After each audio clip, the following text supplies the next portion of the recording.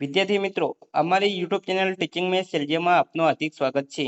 મિત્રો, આજે ધોરણ 6માં વિષય વિજ્ઞાન પ્રકરણ 1 આહારના ઘટકો જે આપેલ છે તેમાં જે સ્વાધ્યાય આપેલ છે તે સ્વાધ્યાયનું સોલ્યુશન કરીશું. જો મિત્રો તમે પૂરો વિડીયો જોશો તો તમને સ્વાધ્યાયમાં ખ્યાલ આવશે. અને તમે ચેનલમાં નવા હો, હજુ સુધી ચેનલને સબસ્ક્રાઇબ ના કરી હોય તો ચેનલને સબસ્ક્રાઇબ કરવા વિનંતી, જેથી તમને જે નવી નવી અપડેટ આવે છે તે અપડેટ મળતી રહે. પ્રશ્ન નંબર 1, આપણા ખોરાકના મુખ્ય પોષક ઘટકોના નામ લખો. જવાબ: આપણા ખોરાકના મુખ્ય પોષક ઘટકોના નામ નીચે મુજબ છે: કાર્બોદિત, પ્રોટીન, ચરબી, વિટામિન, ખનિજ ક્ષાર. આ ઉપરાંત પાચક રેસા અને પાણી પણ ખોરાકમાં સમાવિષ્ટ છે, જે શરીરને ઉપયોગી છે. પ્રશ્ન નંબર 2, નીચે આપેલાના નામ લખો. 1. પોષક દ્રવ્યો કે જે આપણા શરીરને મુખ્યત્વે ઉર્જા પ્રદાન કરે છે.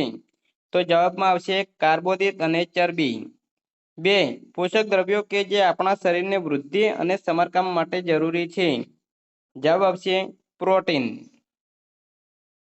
3. વિટામિન કે જે આપણી સારી દ્રષ્ટિ માટે જવાબદાર છે. જવાબ આવશે વિટામિન એ. 4. ખનિજ કે જે હાડકાં માટે આવશ્યક છે. તો જવાબ આવશે કેલ્શિયમ અને ફોસ્ફરસ.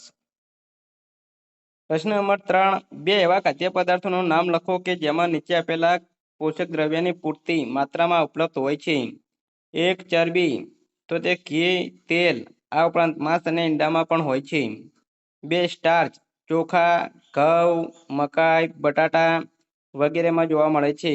3. પાચક રેસા એટલે કે વૃક્ષાંશ, આખા અનાજ, ફળો અને લીલા શાકભાજીમાં હોય છે. 4. પ્રોટીન, કઠોળ, માંસ, માછલી અને દૂધમાં જોવા મળે છે. પ્રશ્ન નંબર 4, આપેલામાંથી સાચા વિધાનો માટે ખરાની નિશાની કરો. 1. માત્ર ભાત ચોખા ખાવાથી આપણે આપણા શરીરની પોષક આવશ્યકતાઓ પૂરી કરી શકીએ છીએ.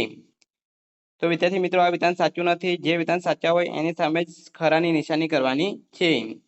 2. ત્રુટિજન્ય રોગોનો અટકાવ સમતોલ આહાર ખાવાથી થઈ શકે છે. આ વિધાન સાચું છે, એટલે અહીં આ રીતે ખરાની નિશાની કરવાની છે.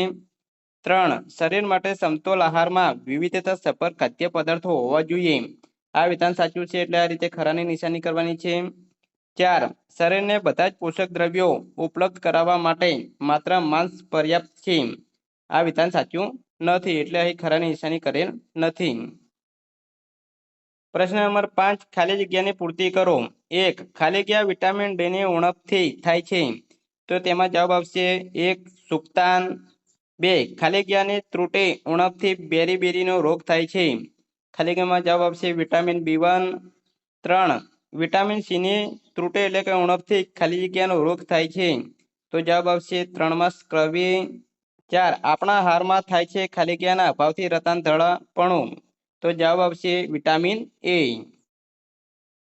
વિદ્યાર્થી મિત્રો, સ્વાધ્યાયનું સંપૂર્ણ સોલ્યુશન પૂરું થાય છે.